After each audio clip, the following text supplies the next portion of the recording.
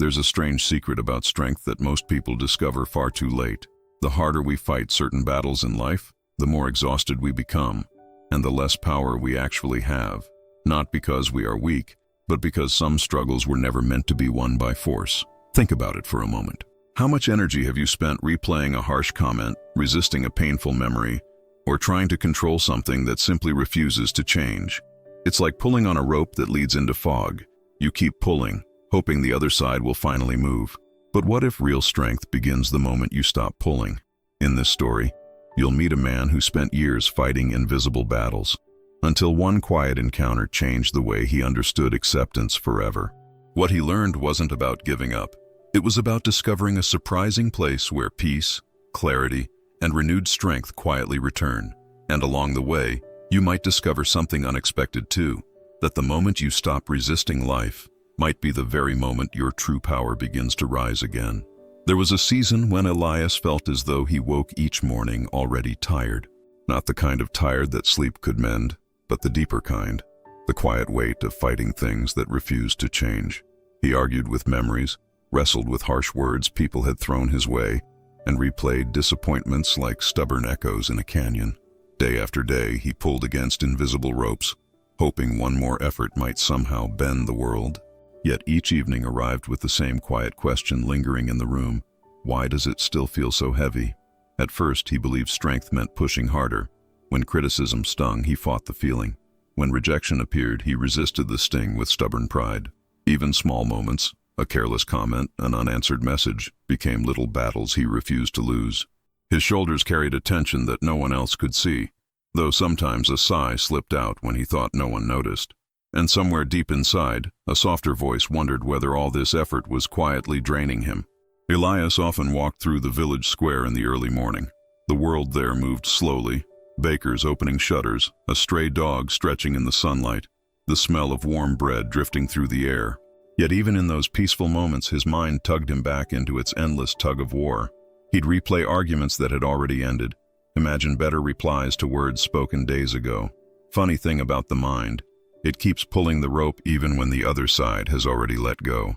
Sometimes the heaviness surprised him in the smallest places: a friend's brief silence, a stranger's impatient tone, a plan that didn't unfold the way he hoped.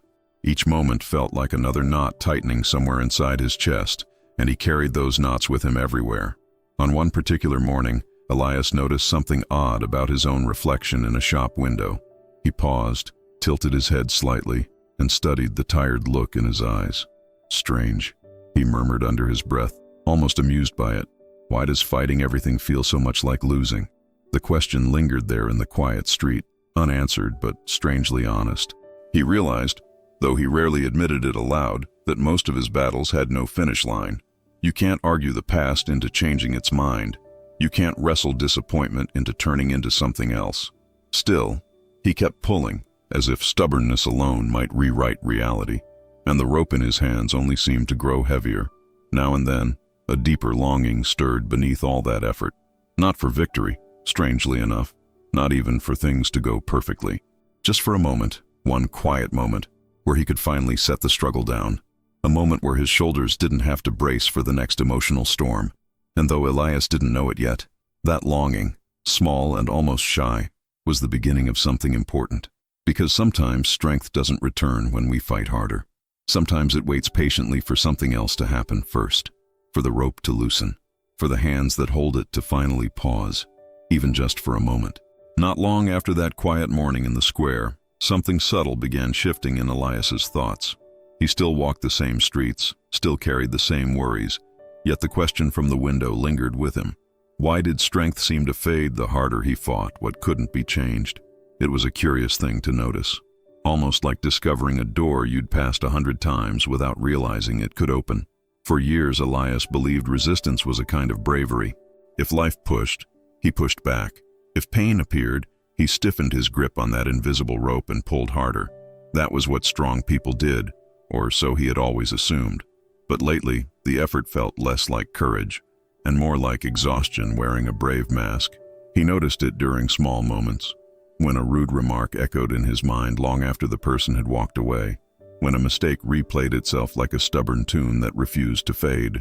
When he lay awake at night trying to solve feelings that had no solution, each attempt to control the uncontrollable drained him a little more.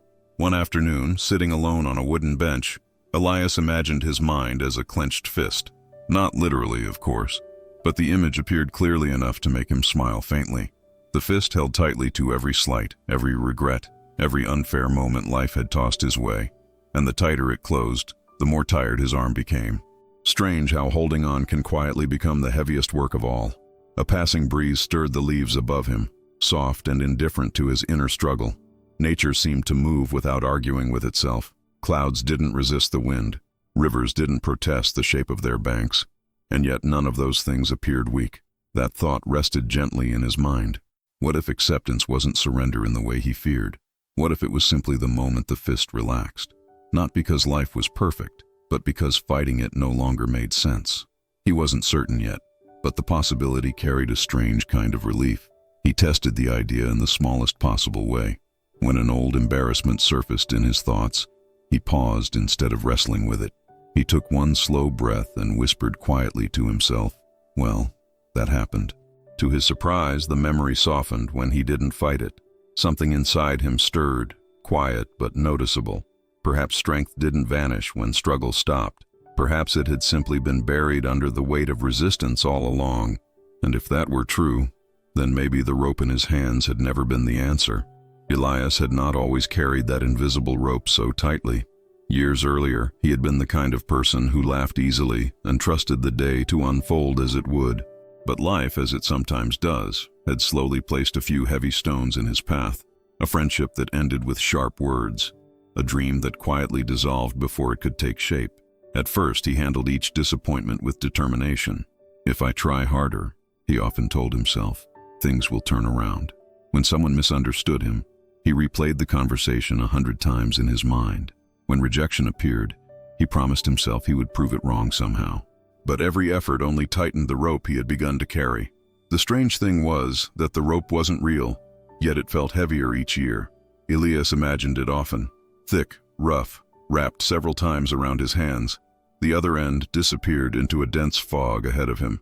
Somewhere in that fog, life seemed to be pulling back with stubborn force. And Elias, determined not to lose, pulled harder. His shoulders leaned forward with invisible strain.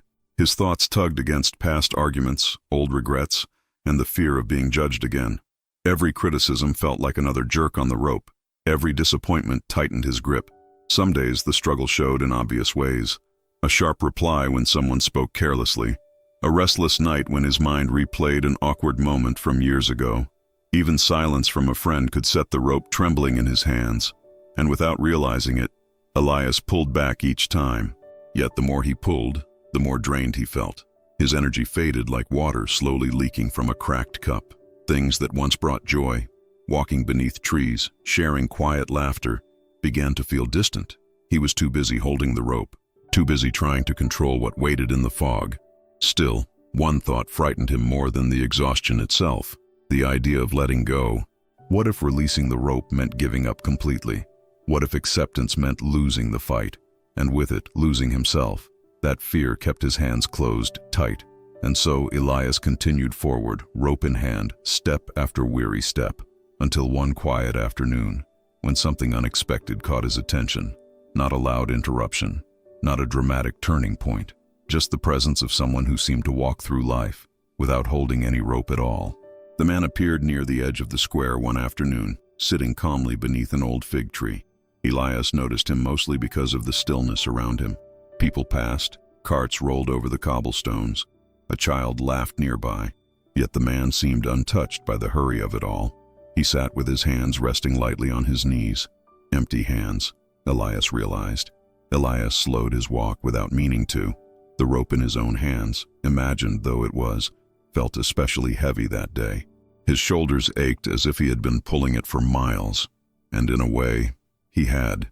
Every argument replayed in his mind had been another sharp tug on that endless line disappearing into the fog. He paused beside a fountain, pretending to watch the water.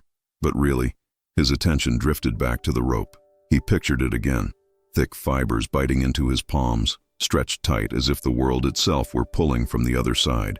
A stubborn tug of war with something that never grew tired. And Elias, breathless, refusing to let go. For a moment he imagined loosening his grip, just a little. Immediately, a nervous thought rose up. If you stop pulling, you lose. The rope would jerk forward. Everything he had fought to control would slip away. No, better to hold tight, even if his arms trembled. Still, the man under the fig tree kept drawing his attention. He watched as the stranger picked up a fallen leaf, turning it gently between his fingers. No tension in his shoulders. No urgency in his breathing. It was the posture of someone who wasn't wrestling the world. Elias shifted his weight, suddenly aware of how tense he felt by comparison. The rope in his mind seemed to pull harder, as though sensing his hesitation. Old memories jerked it backward. Future worries tugged it forward. And Elias stood there between them, arms aching. A quiet breeze passed through the square. It rustled the leaves above the stranger's head and carried the faint scent of warm bread from a nearby bakery. The man closed his eyes for a moment, simply breathing it in, as if that alone was enough. Elias watched him with a puzzled expression.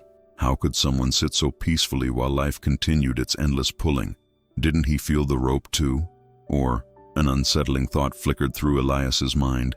Had this man somehow learned something about the rope that Elias had not? Curiosity has a quiet way of guiding tired people toward unexpected conversations.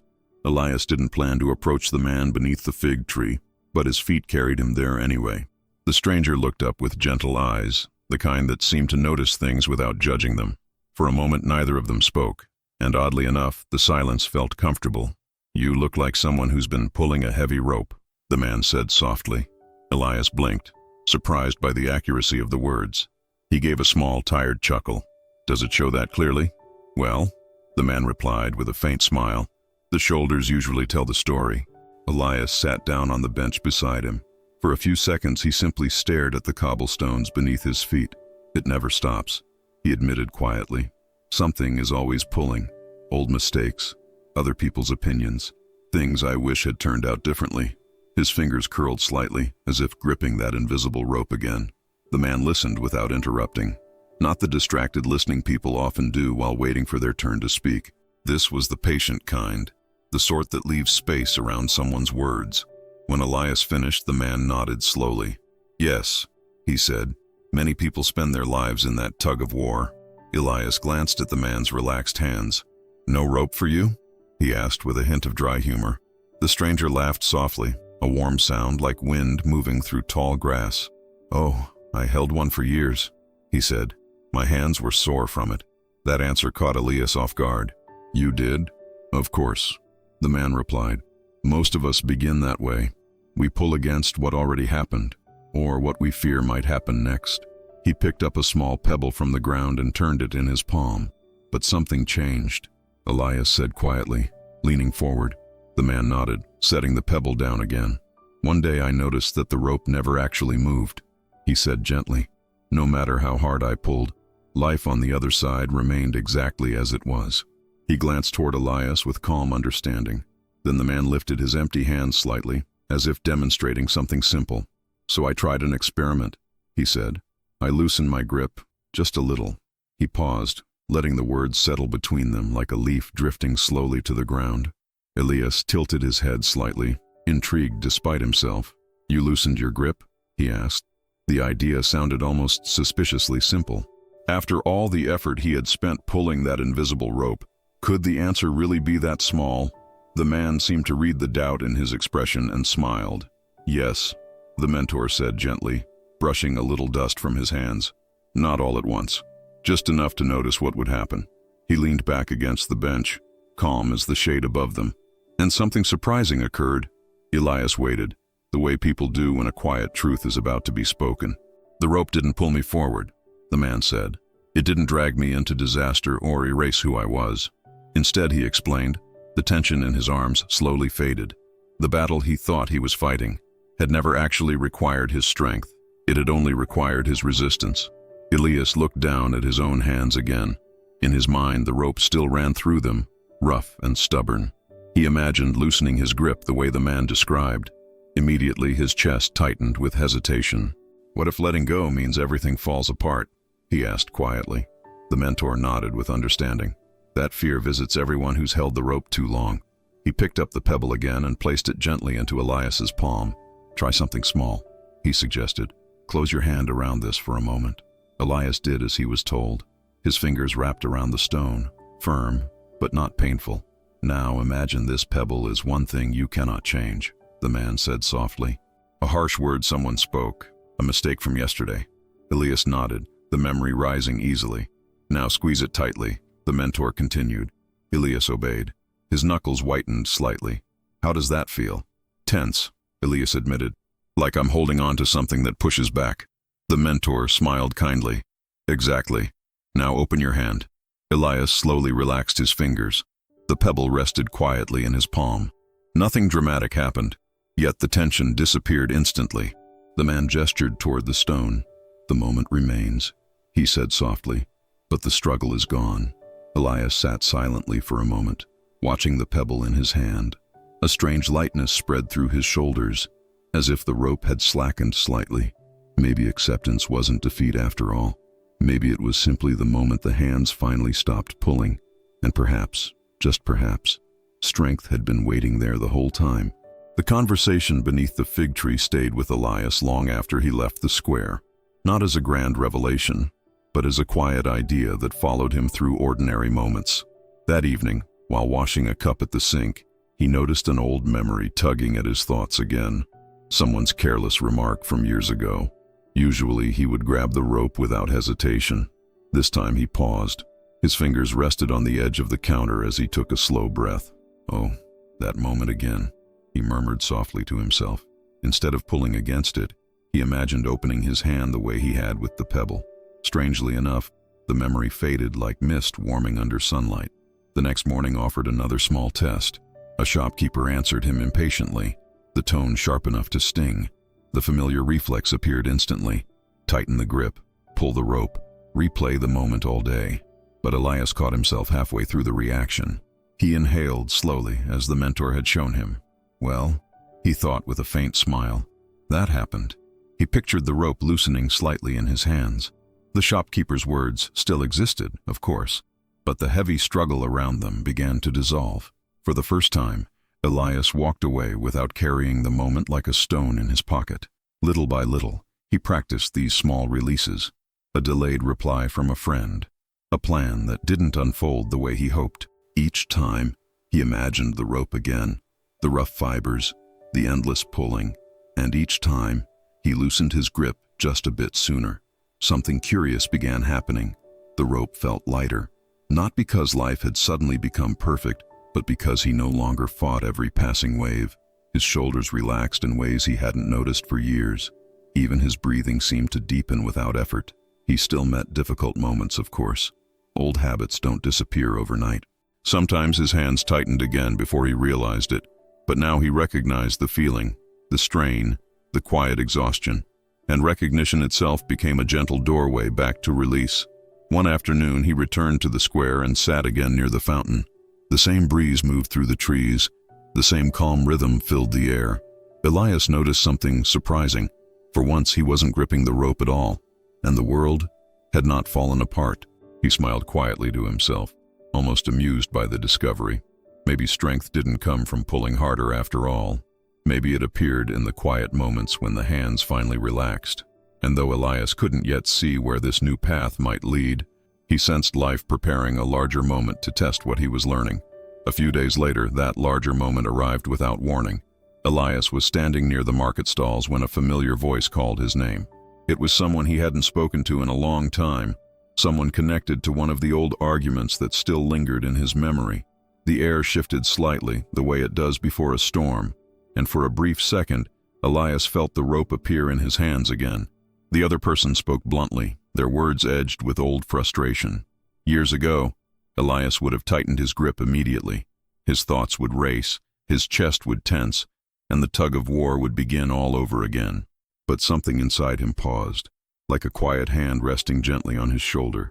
He noticed the familiar surge rising in his chest. Instead of pulling against it, he breathed slowly, just once. In his mind, he saw the rope again, thick, stretched, waiting for him to yank it tight. But this time he simply held it loosely, not fighting, not fleeing, just allowing the moment to exist. The conversation continued, though it felt different somehow. The other person's frustration didn't hook into him the way it once would have. Their words passed through the air like wind through branches. Some were sharp, yes, but Elias no longer wrapped those words tightly around his heart. He listened calmly and responded with a few simple sentences. No long defense, no desperate need to rewrite the past, just steady presence. It surprised even him. The strange thing was that his strength didn't shrink. In fact, it felt clearer. Because the energy once spent pulling that endless rope now remained quietly inside him. His mind felt spacious, like a room where the windows had finally been opened. And in that space, thoughtful action appeared naturally. The conversation eventually softened and drifted to an end. No dramatic resolution, no perfect apology from either side, just two people standing in the sunlight, a little calmer than before. And for Elias, that was more than enough. As he walked away, he realized something simple, yet profound. The challenge had still existed. The uncomfortable emotions had still appeared, but without the struggle, they passed through him like weather moving across the sky. And that quiet realization lingered gently as the day unfolded. Later that evening, Elias returned to the bench beneath the fig tree.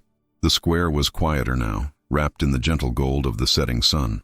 He rolled the small pebble between his fingers, remembering the mentor's simple lesson. Strange how something so small could hold such quiet wisdom. A pebble, a rope, and a breath. Nothing complicated at all.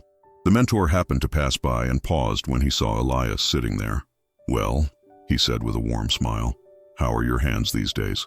Elias lifted them playfully. "Less rope burn," he replied with a soft chuckle. The two of them shared a brief, understanding silence.